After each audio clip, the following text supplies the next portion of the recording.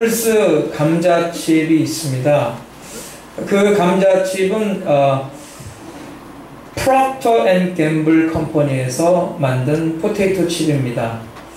거기 겉봉에 보면은 동그란 얼굴에 콧수염을 단 남자의 얼굴이 나타나 있습니다. 근데 그 그림에는 이런 아름다운 사연이 있다고 합니다.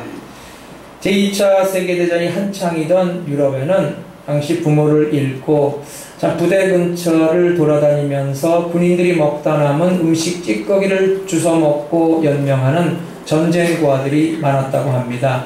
그 중에 루카시라고 하는 한 아이가 있었는데 며칠 동안 먹지 못해서 너무나 배가 고파서 근처에 있는 군 부대 취사실로 숨어 들어갔어요. 그래서 그 안에 있는 감자와 옥수수 몇 알을 주워 가지고 나오려는데 갑자기 우악스러운 손이 그의 어깨를 움켜쥐는 것이었어요. 그러니까 취사병 아저씨에게 들키고 만 것입니다. 이제는 그 아저씨에게 죽도록 얻어맞겠구나 생각을 했는데 오히려 그 취사병 아저씨는 온화한 미소를 지으면서 그 감자뿐만 아니라 취사실에 있던 얼마 안 되지만 고기 몇 점까지 쥐어서 그 루카 씨의 호주머니에 넣어 주었어요. 얼마나 횡재를 했습니까? 루카 씨는 고맙다는 말을 여러 번 하고서 그 자리를 뛰어나오게 되었어요. 그러면서 이제 그 두 사람의 만남이 시작되었습니다. 근데 그 취사병 아저씨는 말을 못하는 병아리였어요. 그날 이후 루카 씨는 배가 고프면 취사실로 숨어 들어갔고 그때마다 취사병 아저씨는 루카 씨에게 먹을 것을 주었어요. 주로 감자를 주었다고 합니다. 그런데 한 번은 취사실에 들어가서 보니까 그 취사병 아저씨가 온몸에 상처가 있는 거예요. 그래서 도대체 이게 어떻게 된 일이냐고 물으니까 취사병 아저씨는 뭐 별일 없다는 듯이 그 인자한 미소를 짓는 것 뿐이었어요. 근데 나중에 알게 되었는데 그 날마다 취사실에 음식이 조금씩 없어지는 것을 눈치챈 그 취사병 아저씨의 상사가 그 말 못하는 취사병 아저씨를 채찍으로 때린 것이었어요. 그것을 알고서 루카 씨는 너무나 마음이 아파서 그 취사병 아저씨의 손을 꼭 쥐고 울었어요. 그때 취사병 아저씨는 별것 아니라는 표정으로 루카 씨를 안아주면서 등을 토닥여 주었어요. 그러던 어느 날 아저씨가 있는 부대가 독일군의 포위를 당하게 되어서 더 이상 그 배급로가 끊겨서 음식이 공급되지 않는 것입니다. 부대 안에 음식이 날로 떨어집니다. 음식이 점차 없어지는 가운데서도 이 취사병 아저씨는 자기의 먹는 음식을 쪼개서 그 루카 씨에게 날마다 나눠줬다는 것입니다. 그런데 얼마 안 가서 그것마저도 다 떨어지게 되었어요. 며칠 후에 루카 씨는 그 취사병 아저씨가 탈영했다는 소문을 들었어요. 너무나 걱정이 되어서 백방으로 그 아저씨를 찾아갔는데 들리는 소문에 의하면은 독일군에게 포로로 잡혀 있다는 거예요. 깜짝 놀라가지고 독일군 부대 안으로 들어갔는데 사연을 들어보니까 이 취사병 아저씨가 독일군이 영내에 있는 그 감자밭에 감자를 훔치러 들어갔다가 그만 붙잡혀서 곧 총살을 당한다는 그런 소식이었어요. 얼마나 마음이 아픕니까? 그래서 그 취사병 아저씨를 만나야겠다고 그 사형장으로 달려가는데 달려가는 도중에 멀리에서 총성이 울리는 거예요. 멀리서 보니까 그 자기를 그렇게 사랑해 주었던 취사병 아저씨가 총에 맞고 고개를 떨구며 숨을 거두는 거예요. 그런데 그 순간에 그 취사병 아저씨가 머리에 쓰고 있던 모자가 벗겨져서 땅에 굴러 떨어지는데 그 속에 있던 감자 몇 알도 함께 굴러 떨어지는 거예요. 나중에 루카 씨는 그 감자 몇 알을 가슴에 움켜쥐고서 한없이 눈물을 흘렸다고 합니다. 취사병 아저씨가 탈영한 것은 부대에 더 이상 먹을 것이 없는데 이 루카 씨가 날마다 굶을 것을 생각해서 너무나 그를 불쌍히 여겨서 그게 감자라도 몇 개 줘야겠다 생각하고 독일군 영내에 있는 감자밭으로 감자를 캐러 들어갔던 것입니다. 결국은 참 루카 씨 때문에 그렇게 목숨을 잃은 그 아저씨를 루카스는 잊지 아니하고 그가 나중에 장성에서 자수성가했을 때 과자 회사를 차리게 되었는데 특별히 감자칩을 만들게 되었는데 자기를 그렇게 따뜻한 미소로 대해주었고 아름다운 마음으로 자기를 품어주었던 그 취사병 아저씨를 잊지 못해서 그 아저씨의 얼굴을 그 과자의 겉봉에다가 그려 넣었다는 것입니다. 근데 그 취사병 아저씨 이름이 바로 프링글즈였다는 것입니다. 여러분, 정말 우리 사회에 이런 사람들이 많았으면 참 좋겠습니다. 그래서 우리들에게 잔잔한 감동을 주고 기쁨을 주는 그런 사람들이 많으면 좋겠습니다. 우리가 참 그리스도인으로서 빛과 소금이 되어서 이렇게 우리 주변 사람들에게 잔잔한 감동을 주는 그런 성도가 되기를 소원합니다. 예수님께서 우리를 향해서 너희는 세상의 소금이다, 너희는 세상의 빛이다 라고 말씀하셨을 때 우리로 하여금 이와 같이 세상에 우리 주변에 잔잔한 감동을 주기를 원하는 마음에서 그렇게 말씀하셨던 것입니다. 여러분, 소금과 빛의 공통점이 하나 있다면 자신을 드러내지 않고 주변에 세상에 많은 유익을 준다는 것입니다. 여러분, 음식을 먹을 때 우리가 소금이 얼마나 쳐져 있는가를 생각하지 않고 그냥 먹습니다. 그래서 음식이 참 맛있다고 합니다. 소금에 간이 배어 있는 것을 우리가 생각하지도 않고 별로 얘기하지도 않습니다. 그렇게 자신을 드러내지 않지만은 그러나 결국은 많은 유익을 주고 아름다운 그런 기쁨과 맛을 선사하는 것이 바로 소금의 역할인 것입니다. 빛도 마찬가지입니다. 여러분이 예배당에 오셨을 때 이렇게 전구가 환하게 켜져 있어서 이렇게 빛이 환해서 내가 예배를 잘 드릴 수 있구나 라고 생각하신 분은 없었을 거예요. 뭐 전구가 얼마나 켜져 있고 몇 촉의 빛을 발해서 우리가 그것으로 하여금 참 예배당이 환해져서 이렇게 환하게 기쁘게 예배를 드리는구나 라고 미처 생각하지 못합니다. 근데 만약에 전기가 끊어지고 전구가 빛을 발하는 것을 중단한다면 우리는 당장 큰 불편함을 겪게 될 것입니다. 여러분, 우리의 삶이 그래야 합니다. 없는 것 같지만은 그러나 알게 모르게 참 많은 사람들에게 사회에 유익을 주는 그런 성도가 되어야 합니다. 자신을 드러내지 않지만은 그러나 다른 사람을 섬기고 다른 사람에게 유익을 주는 그런 성도의 삶, 그것이 바로 빛과 소금의 삶인 것입니다. 그것이 바로 진정으로 오늘 본문의 백합화 향기의 아름다운 빛을, 아름다운 향기를 바라는 성도의 삶이 되는 것입니다. 오늘 우리가 읽은 말씀인 아가서는 솔로몬 왕과 술람미 여인의 사랑의 이야기입니다. 본문 1절은 술람미 여인의 말이고 2절은 솔로몬 왕의 말입니다. 1절에서 술람미 여인은 자신을 가리켜서 나는 사론에 수선하여 골짜기에 백합하라 그랬어요. 사론은 이스라엘 서북쪽에 위치한 평야지대입니다. 그 사론 평야에는 이름 없는 많은 들풀들이 피었다 지는데 그것 가운데 하나가 바로 본문에 나타난 수선화입니다. 그러니까 술람미 여인은 자신을 가리켜서 수선화라고 했던 것은 자신은 이 사론 광야에 이름 없이 피었다 지는 보잘것없는 들꽃에 불과하다는 그러한 표현이에요. 술람미 여인은 또 자신을 가리켜서 골짜기에 백합화라고 했어요.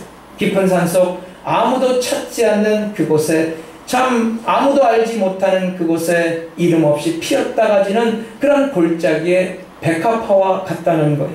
그러니까 술람미 여인이 자신을 가리켜서 사론에 수선하여 골짜기에 백합화라고 하는 것은 자신은 뭐 아름다운 존재가 아니라 그렇게 사람들에게 별로 알려지지도 않고 내세울 것도 없는 그런 비천한 존재로 이 세상에 그저 왔다 가는 보잘것없는 그런 사람이라는 것을 표현하고 있습니다. 술람미 여인은 당대 최고의 부귀영화를 누린 임금 솔로몬의 사랑을 한 몸에 받고 있었던 사람이었습니다. 그런데도 그는 오히려 그런 솔로몬의 사랑을 받을 자격이 없는 너무나도 보잘것없는 비천한 여인이라고 표현하고 있어요. 사실 술람미 여인은 그 예루살렘 왕궁에 있는 그 어떤 귀족 가문의 그런 딸들과는 비교가 되지 않는 너무나도 보잘것없는 시골의 어느 가문의 딸이었고, 그리고 더군다나 그 집에서도 참 솔로몬을 만나기 전까지는 천덕꾸러기 신세가 되어야 했습니다. 아가서 1장 5절로 7절에 그 이야기가 나오고 있어요. 5절에 보면은 그의 피부가 거무스름했다 그랬어요. 그의 타고난 피부가 원래 거무스름한 것이 아니라 양치기로서 또 포도원지기로서 들녘을 많이 돌아다니다 보니까 햇볕에 타서 그을려서 얼굴과 피부가 검게 되었다는 것입니다. 여러분, 이스라엘은 예로부터 햇볕이 너무나 강하게 내리쬐입니다. 그런데 그늘이 별로 없어요. 숲이 우거지지 않았기 때문입니다.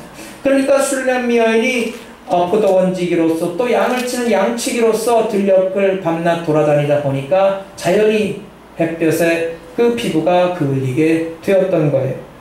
1장 6절에 보면은 내가 일광에 쬐어서 거무스름할지라도 흘겨보지 말 것은 내 어미 아들들이 나를 놓아여 포도원지기를 삼았음이라.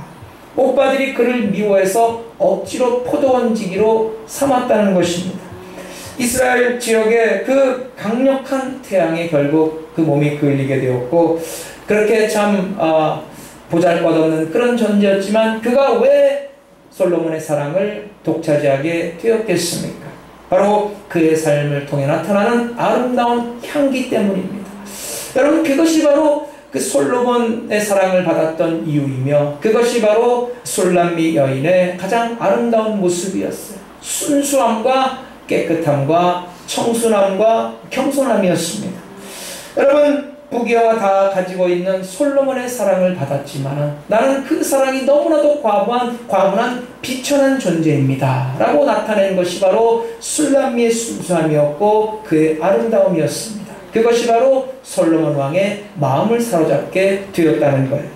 여러분, 그래서 겸손과 순수함, 그것이 바로 성도가 지녀야 할 향기입니다. 향기로운 꿀이 있는 곳에 아름다운 꽃이 피어나고 그리고 그곳에 벌꿀이 찾아드는 것처럼, 그리고 오늘도 하나님의 크신 사랑을 한 몸에 입고 오늘도 겸손함과 순수함으로 그리스도의 향기를 바라는 사람들이 모여들게 되어 있다는 것입니다.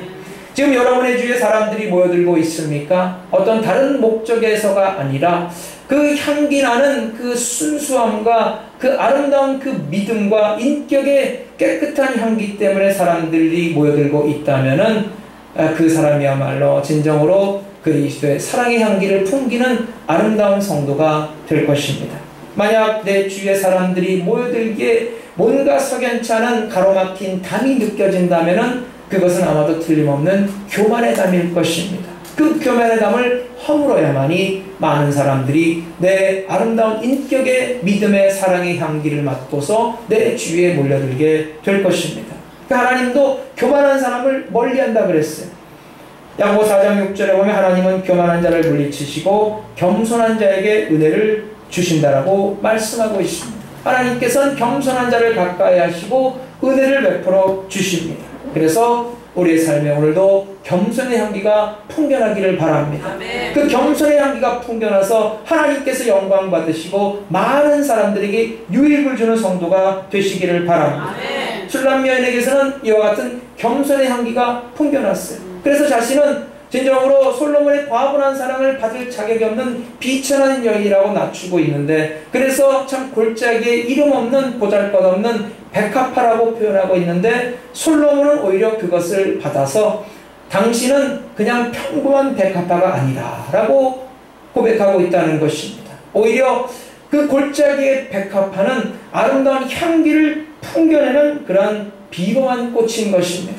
가시나무에 핀 백합화는 결국 그 풍겨내는 향기로 말미암아 온 골짜기를 가득 채우게 되어 있다는 것입니다. 그래서 백합화에는 아주 진한 향기가 담겨져 있어요. 그런데 백합화가 그 가시나무에 찔리기 전에는 그렇게 진한 향기가 나오지 않는다는 것입니다. 그저 그 향기를 그 안에 품고 있을 뿐이에요. 여러분, 우리가 인생을 살다 보면은 고난을 만날 때가 있습니다. 돈 많은 사람도 고난을 피할 수가 없는 것이고, 많이 배우고 인격이 훌륭한 사람도 고난을 피할 수가 없는 것이고, 권력을 가지고 있는 사람도 고난을 피할 수가 없는 것입니다. 많은 사람들이 고난을 원치 않지만 그러나 그 어떤 인생에든지 크고 작은 고난은 다가오게 마련인 것입니다. 그럴 때 우리는 고난을 피하려기보다는 오히려 고난을 어떻게 대처하냐, 어떤 믿음의 자세로 극복하냐를 생각해야 하는 것입니다. 가시나무 가운데 위태위태하게 피어있는 백합화가 갑자기 바람이 불어오면은 주변에 있는 가시나무의 가시에 찔리게 됩니다. 그런데 그 가시에 찔려서 상처난 곳에서 더 진한 백합화의 향기가 풍겨난다는 거예요. 많이 찔리면 찔릴수록 더 진하고 더 아름다운 백합화의 향기가 풍겨나게 된다는 것입니다. 그래서 온 골짜기에 그 백합화의 향기로 가득 차게 된다는 거예요. 솔로몬은 자신의 사랑하는 여인 술람미가 바로 가시나무 가운데 핀 백합화와 같다라고 표현하고 있어요. 겉으로 볼 때는 평범하기 그지없습니다. 그러나 삶의 고난이 그의 삶을 찌를 때 그는 오히려 하나님의 영광을 나타내고 아름다운 사랑의 향기를 뿜어낸다는 것입니다. 그래서 그 향기가 온 주변에 가득한다는 거예요. 여러분, 진정으로 아름다운 믿음의 사람은 삶의 가시가 많을수록 더욱더 아름다운 사랑의 진한 백합화의 향기를 풍겨내는 것입니다. 그리스도의 아름다운 사랑의 향기를 풍겨내는 것입니다. 고난의 파도가 거셀수록 더욱더 하나님의 영광이 나타나게 되는 것입니다. 어느 청년이 군대에 입대했습니다. 그래서 참 훈련을 빡시게 받고 이제 막사로 돌아왔는데 지친 몸이 되었는데 고향에서 애인에게서 편지가 왔어요. 얼마나 반가웠겠습니까? 정말 기분이 들떠서 편지를 열어보았는데 그 내용은 다름이 아니라 우리 이제 그만 헤어지자. 그러면서 자신이 준 자기 사진을 다 돌려보내라는 거예요. 이 청년의 눈이 뒤집어졌어요. 지금 당장 찾아가서 애인을 만나 따지고 싶은데 나갈 수가 없잖아요. 타령을 할 수도 없고 이러지도 저러지도 못하는 거예요. 한참 동안 너무나 괴로워하고 어쩔 줄을 몰라 하다가 잠시 뒤에 이성을 되찾고서 자기 주변에 있는 동료 군인들의 애인들의 사진을 다 모았어요. 그래서 아주 여러 명 수많은 그 여자 사진을 그 변심한 애인에게 보내는 편지에다 넣고서 그 아래다가 이렇게 적었어요. 어떤 사진이 네 사진인지 기억할 수 없으니까 네 것만 가지고 나머지 사진은 다 나에게 돌려줘. 여러분, 고난 가운데서 마음의 평정을 잃지 않고 낙심하지 않는 것이 여러분 결코 쉽지 않습니다. 여러분, 그러나 진정한 믿음의 사람은 고난 가운데서 진가를 발휘하게 되어 있다는 것입니다. 여러분, 성경에 나오는 믿음의 사람들을 보십시오. 그들은 한결같이 고난 가운데서 믿음을 잃지 않고 순수한 그 하나님을 섬기는 자세를 잃지 않고 주님과 변함없이 동행해서 마침내 그 연단을 통해서 더욱더 크신 하나님의 축복을 받아 누리게 되었다는 사실입니다.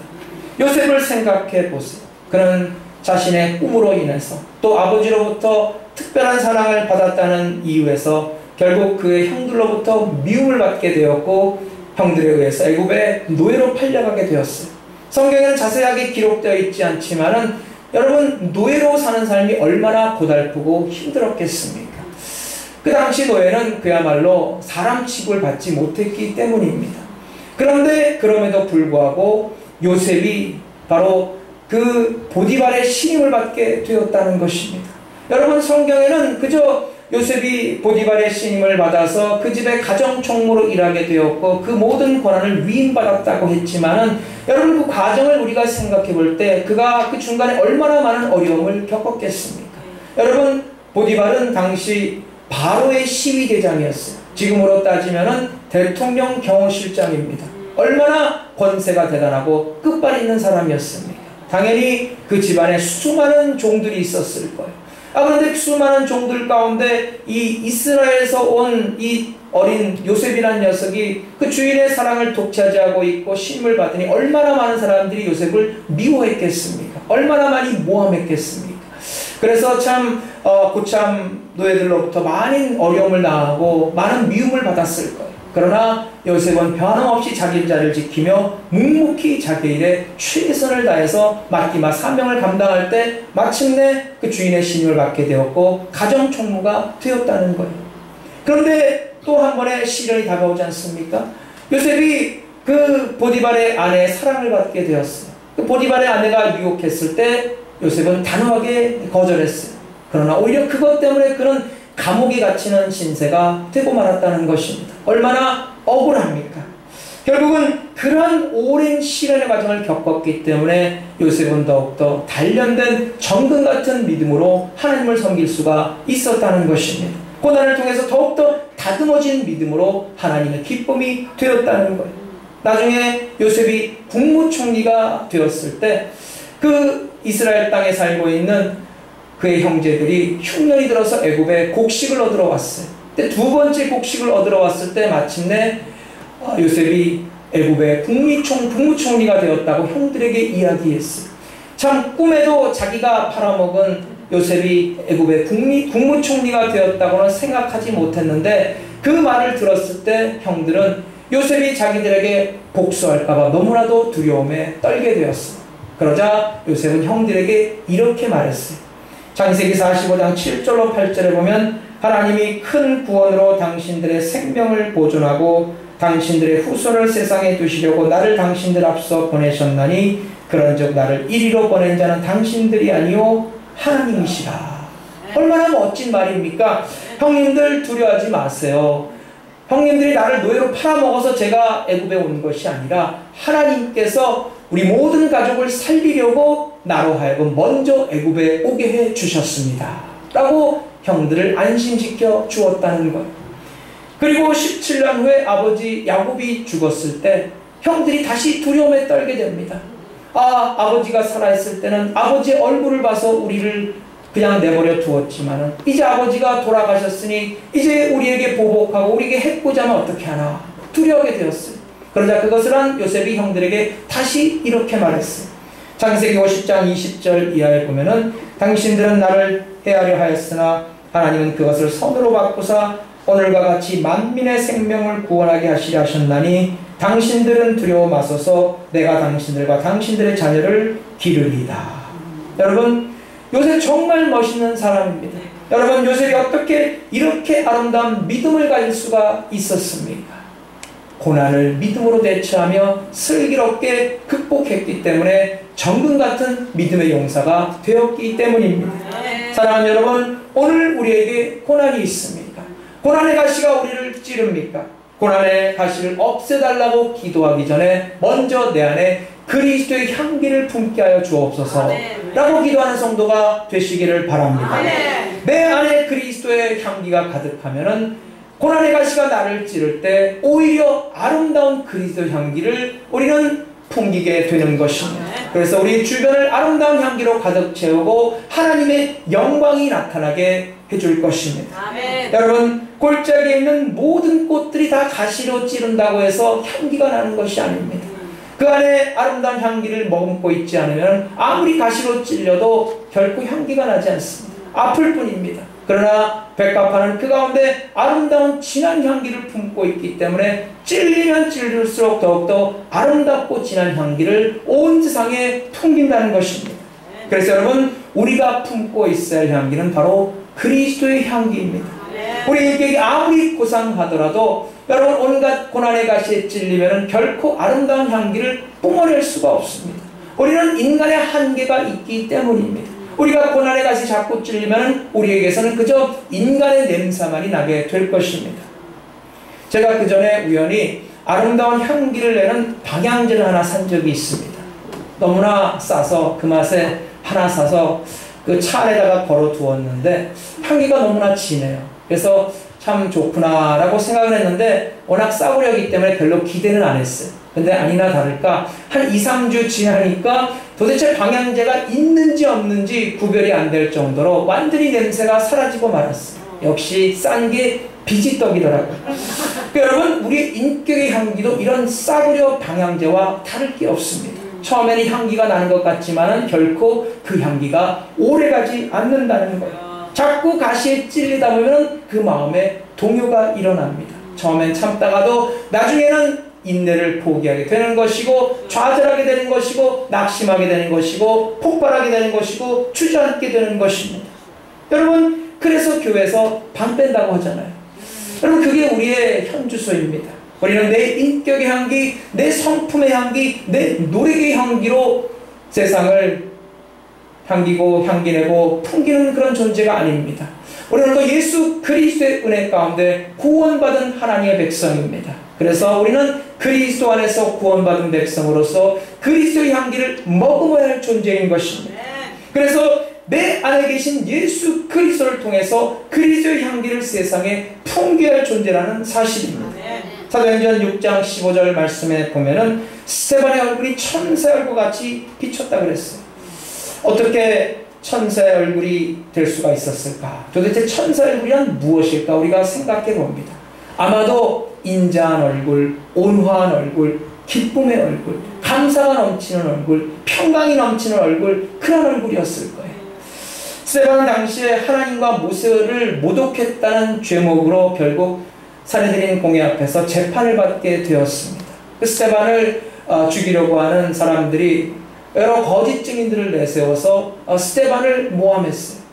그래서 그 거짓 증인들의 증거가 채택되면 이제 스데반은 율법에 기록된 바와 같이 결국 그 죄를 뒤집어쓰고 돌에 맞아 죽게 될 상황입니다. 근데 그런 상황 가운데서 스데반은 천사의 얼굴을 보였다는 것입니다. 아마도 저 같으면 그런 상황 가운데서 참 억울하고 분해서 참 천사의 얼굴을 나타낼 수가 어려울 것입니다. 그 스데반을 비롯한 당시 모든 초대교회 성도들은 오직 성령 충만을 구했습니다. 여러분, 그들이 구했던 것은 오직 성령이었어요. 다른 여러 가지를 구했는데 그 중에 하나가 성령이 아니라 오직 성령만을 구했다는 것입니다. 성령만이 바로 그들이 신앙생활에 승리할 수 있는 비결이 되기 때문입니다. 그래서 그들은 성령으로 충만했어요. 성령으로 충만했기 때문에 그들은 주님 주신 사명을 잘 감당할 수가 있었습니다. 성령으로 충만했기 때문에 그들은 고난 가운데서도 천사의 얼굴로 하나님의 사명을 감당할 수가 있었습니다. 성령 충만으로 하나님 앞에 영광 돌리는 삶을 살았기 때문에 그들은 끝까지 그리스도의 사랑의 향기를 풍길 수가 있었다는 것입니다. 여러분, 술람 여인이 솔로몬에게 가시나무 가운데 핀 백합화라구나 라고 칭찬을 받았던 것처럼 우리가 고난의 가시 가운데서도 아름다운 그리스도의 향기를 바라는 그런 아름다운 성도의 삶이 될 수 있기를 바랍니다. 골짜기에 펴있는 백합화가 가시에 찔렸을 때 그 향기를 뿜어서 온 천지를 아름답게 만들었던 것처럼 우리도 고난의 가시 가운데서도 하나님의 아름다운 사랑의 향기, 그리스도의 은혜의 향기를 풍겨서 우리 주변을 훈훈하게 하고 주의 영광을 나타낼 수 있게 되기를 간절히 바랍니다. 우리 교회가 가시나무 가운데 핀 교회와 같은 그런 성도라면은 오늘도 우리 교회에 어떤 문제, 어떤 고난이 있을지라도 우리는 그 고난의 가시 가운데서도 아름다운 그리스도의 향기를 풍기게 될 것입니다. 고난 가운데서도 서로를 아껴주고 서로를 사랑하고 서로를 품어주는 하나님의 영광을 나타나게 될 것입니다. 오늘도 그 아름다운 가시나무 가운데 백합화처럼 아름다운 향기로 교회를 아름답게 만들고 하나님께 영광 돌리고 하나님의 승리 역사를 체험하는 성도가 되시기를 주의 이름으로 축원합니다.